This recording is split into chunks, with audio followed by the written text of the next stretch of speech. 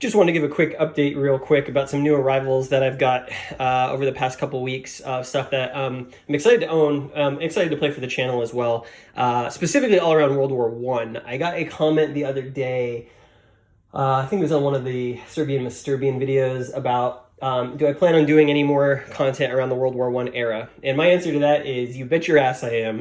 World War I, again, I'll say it again, is one of my one of the most interesting periods in military history, to me anyways, just because of sort of the confluence of sort of the end of the old world and the beginning of sort of the 20th century world that we know, both politically and also militarily as well. And so I've been on the hunt for World War I games that I may have missed, stuff that is highly regarded or just is not a lot of coverage on that I'm interested in covering. And so I have a stack of games here that I just wanted to go through. This is not really an unboxing per se. This is much more of just a quick overview of what I have and sort of why I picked it up. But I will actually unbox one of these as we're going. One of them actually doesn't have a box, so I can't unbox that one. So stick around and I will show you the 4 World War I games that will be coming soon-ish to the channel that I am excited to play. The first of these is some 1918 Bloody Spring. This is an older game. I think it came out in 2012. I was turned on to this through a YouTube video I watched about a playthrough of it, and it looked just absolutely awesome. There's this really interesting combat system in this game where not only do you make a combat roll, but you make a roll to see sort of how the participants in the combat react, and that adds like a whole new wrinkle of stuff that can happen in the game in terms of like people getting out of position, doing a crazy suicide charge. You roll 4 dice when you fight, and there's like sort of this emergent kind of storytelling that happens based on the results of the combat. This has been out of print for a while. I actually had to hunt this down. I had to sort of really dig deep to hunt this down. It's by Nuts, who's a French publisher. But their games usually have really great component quality, and this is no different. You can see some of the holding player aids here. Really great artwork and graphic design. Using actual real photographs of the people. This is the German one, I think. Just some really cool stuff here. The player aids have they're like a fold out trifold or bifold, I guess. There might be a trifold in here, but just like spectacular graphic design, really spectacular graphic design. Laminated, smooth. You can see the gloss on it. Some really cool stuff in here. So like I was saying, I had to go deep. There's to find a copy of this because it's impossible to find here in the US. I ended up buying this off of a private owner in France who shipped it over here, which was really nice of him. It's the English version, but Nuts releases their stuff in different language versions. Here's the map. I'll show you. I'll open it a little bit.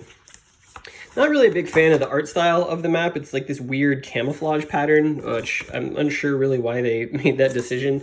But it's playable, and from what I've seen online, you start to I think the reason they did is because it makes the map fade away a little bit, and really the focus is on the units. But this game covers, as you would expect, the Somme of 1918 and sort of the German push to split the British army near Amiens. So it looks like a really great system. And the other reason that I ended up deciding to pick this up, oops, this goes in this way. The other reason I ended up deciding to pick this up is because there's another game using this system in the works at Nuts about the Italian campaign of World War I, Caporetto and beyond, I believe, that looks spectacular as well. And so I figured, hey, let's try out the system. Let's see if I really like it. And if I do, then I would be all about 1916, 1917 Italian version of this game. This is divisional scale, somewhat operational, and very, very cool, promising looking game that I'm very excited to play. It's going to be on the longer side, so I'm probably not going to do it immediately, but I do plan on getting this to the table for the channel at some point before the year is over, certainly. Next up is this, which is a brand new release from Legion Games. I think it actually just came out this month. This is Decisive Victory 1918, Volume 1, Soissons, July 18th to the 23rd. So actually a really nice companion volume to the Somme 1918, covering a different part of the front. And like I said, this is brand new. Love the cover on this. This is the Battle of Soissons. Is one of the battles, one of the first battles where the French used armor as a main assault thrust in warfare. As you can see, the tanks on the front, you got those Renault light tanks in the game, a lot of stuff. So I just got this actually today after ordering it. It's still pre-order price, I believe. So if you go to Legion War Games' website and you're interested in this, it is available now. But really nicely done. I'm always impressed with the quality that Legion War Games is putting out. For basically a very small operation, Legion War Games is putting out some really professionally printed games that are incredibly interesting. They tackle a lot of subjects that other publishers don't really. But you have a rule book, you have a playbook, as has become standard in sort of the war game world. The counters on this game, it's a pretty low counter density game, but they are awesome looking. You can see here some of the divisions, not using NATO symbols, using sort of the helmets. I know some people might complain about that, but honestly, I think they're really pretty. The color scheme used is really nice. Here's some informational markers. But as you can see, most of these are informational markers. I mean, this is a whole sheet of informational markers, another half sheet of basically informational markers. You've got the Germans, and you've got the French and allies here. So it looks like it should be a pretty playable game. There's a number of player aids in here, and I'll show you the map as well, which is really nice looking. I'll set that off to the side for a second. But, you know, the terrain effects chart, the victory points, how you do that, some special rules. Everything it looks like you need to play the game is on this player aid. Here's the combat and bombardment. This is double-sided for the combat tables on the back. There's 2 of those. I love the combat procedure summary, you know, having this by the table just so you make sure you're doing it. It looks like there's a lot of steps too. Doing it properly is nice. Sequence of play, again, love having something like this near the table to make sure that it's, you know, that you're playing the game properly. This is going to be a series from Legion where they're going to tackle basically 3 different battles in 1918 from World War I. And I believe, if I'm not mistaken, you'll be able to link them together as a campaign, all 3 games, which should be pretty epic. But here's what the map looks like. It's actually a 6-panel map, not a full 8-panel map. I'll spread it out as much as I can, but it looks really nice. You can see Soissons up here. These look like they might be fortified positions or victory point hexes. And the hexes are really big. I don't know if you can tell. Let me see if I can pull one of the counter sheets out. But the hexes are really big, which is nice. And just overall, just a really great production. I'm always impressed with Legion War Games graphic design. They have a great visual style to their stuff. So I'm very excited to play this. This one is probably going to get played first or second in terms of all of these that I've picked up. It looks great. I knew nothing about this, and I was watching a Player's Aid video recently where they were talking about small wargame publishers and stuff that they were publishing, and it made me go double check Legion's website because I periodically check in. I have some stuff on pre-order from them, and I saw that this had just come out, and as you know, I love World War I, so I had to pick it up, and it was still pre-order price, so that was even better. So like I said, volume 1 of a series. I'm excited to see what the other games, if they come out, when they come out, and I'm excited to play this one as well. Soissons, July 18th through the 23rd, Decisive Victory, 1918. Okay, I finally did it. I did it. I know that if you watch my Serbian Masturbian videos, my thoughts on this system, and I was sort of tantalized by this game. And I didn't know if I wanted to take the plunge based on how I enjoyed Serbian Masturbian, but I took the plunge. And the reason I took the plunge, and I have to say, is because the designer, Michael Rush, reached out to me and thanked me for doing the videos, which was, he did not have to do, super nice, but he also offered to send me one of the deluxe maps for this game. So I have that, I have the 2 deluxe map sheets that he sells on his website. I'll leave a link in the description so you can check those out. But he very, very, very graciously sent me the deluxe maps for this game. They come in 2 sheets that are rolled up in a tube. I have those upstairs. I'm not going to break it out because it's large. It's about 10 to 15% larger than the maps that come in the game. And but that kind of sent me over the edge in terms of wanting to play this and try it out. I'm not sure that I'm going to do, it's kind of a mess in here, you can see. I'm not going to unbox the whole thing, but I did want to show you one thing because I feel like I deserve a freaking medal. I punched and clipped the entire game. The entire game. All 6, 8 counter sheets, whatever it was. Look at this. Look at this. There's a lot of material in here. It still wouldn't all fit into counter sheets, but counter trays. I got it into 3 counter trays.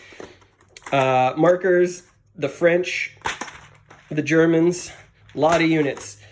This is just all, these counters aren't actually used in the game. I think these are expansion counters for an expansion that was planned but may or may not ever come out. I also have the C3I Battle for Liège, which is sort of a prequel, sort of a 4-turn pre-game scenario that you can play that then joins into the main campaign game. So I will be, all that said, I will be playing this at some point with the large deluxe map. and I just need to figure out what I'm going to do for table space and in a place that's cat safe, cat friendly. Because leaving this set up, I'm going to have to leave it set up if I plan on playing the whole thing. I may start with some smaller scenarios like the Liège scenario, or some of the more targeted learning scenarios for the channel. But I don't know. I think the idea of tackling the entirety of this latter half of 1914 at the divisional scale across the entire Western Front is kind of insane, but also something that seems like it could be really cool. So yeah, Offensive à outrance. I will definitely have thoughts. I just need to get it set up and figure out a place to put it. What I may do is just I might not do it as a series of videos back to back to back to back. I may just kind of check in periodically every couple of weeks with what's been going on. Not really sure how I'm going to do it yet, but I do own it, and it will be getting a playthrough at some point. Okay, and finally, not a box game, but also World War I. This is Paper Wars magazine. I believe it's issue 97. Yeah, issue 97 came out last winter. And this contains the game Galicia 1914, which is World War I Eastern Front. So a bit of a departure from the previous games. The magazine actually looks really cool. It's my first issue of Paper Wars that I've ever owned. This is the Compass Games magazine that they put out pretty frequently, actually. Some interesting articles in here about World War I and about other things, Pontiac's War. I'm going to read this for sure. There's this is sort of post-French and Indian War. There's a lot of interesting stuff that happened in Pontiac's War. Around Detroit, Fort Detroit, where the infamous fake lacrosse game happened. If you've been playing Bayonets and Tomahawks, there's a card about a fake lacrosse game. That's actually, that event actually took place during Pontiac's War, I believe. Anyways, but Galicia 1914. So we've got a fairly low complexity World War I game about Galicia on the Eastern Front. And if you watched the video I did about when Eagles fight, you kind of know where that region is. It's kind of up against the mountains of Austria-Hungary and sort of to the north there between the Russians and the Austro-Hungarians and some Germans. Pretty light rule set. I think it's nine pages, 8 or 9 pages. And this game is actually designed by Michael Resch, the guy who did Offensive à outrance. This is a much simpler take on the Eastern Front. So this is not Twilight in the East, which is his previous Eastern Front magnum opus. But as you can see, pretty simple rules. I mean, I'm already at the end here. Here's the scenarios and the charts. And it was interesting to me because I love the idea of a quick playing, very simple Galicia 1914 game. And obviously I have experience with the designer. So I picked this up because it was available via Compass on sale. And it came with the magazine. And as you can see here, the counters fills basically 3/4 of a counter sheet. Really nice, large counters done in sort of Michael Resch's typical style. Very no frills, very informational first. And you can see he's got things like what appears to be the integrated artillery. So a very similar layout to the counters as you would find in Serbian Masturbian or Offensive à outrance. But not very many, very low counter density. This is divisional and below scale. Some cavalry down here. So I punched and clipped those. I think it was 1 counter sheet. And, ready to go on this. This might be probably the first one I actually play now that I think about it, just because the rules are simple. Here's the map covering Galicia in 1914. And there's that town that I'm going to need to learn how to pronounce before we start the playthrough. Przemysl. If anyone out there knows how to actually pronounce this, I would love for you to help me with that one. If you watch the When Eagles Fight, I struggled mightily with that. Lemberg here. But, again, really big hexes, nice big counters. The map, mostly open terrain, some forest.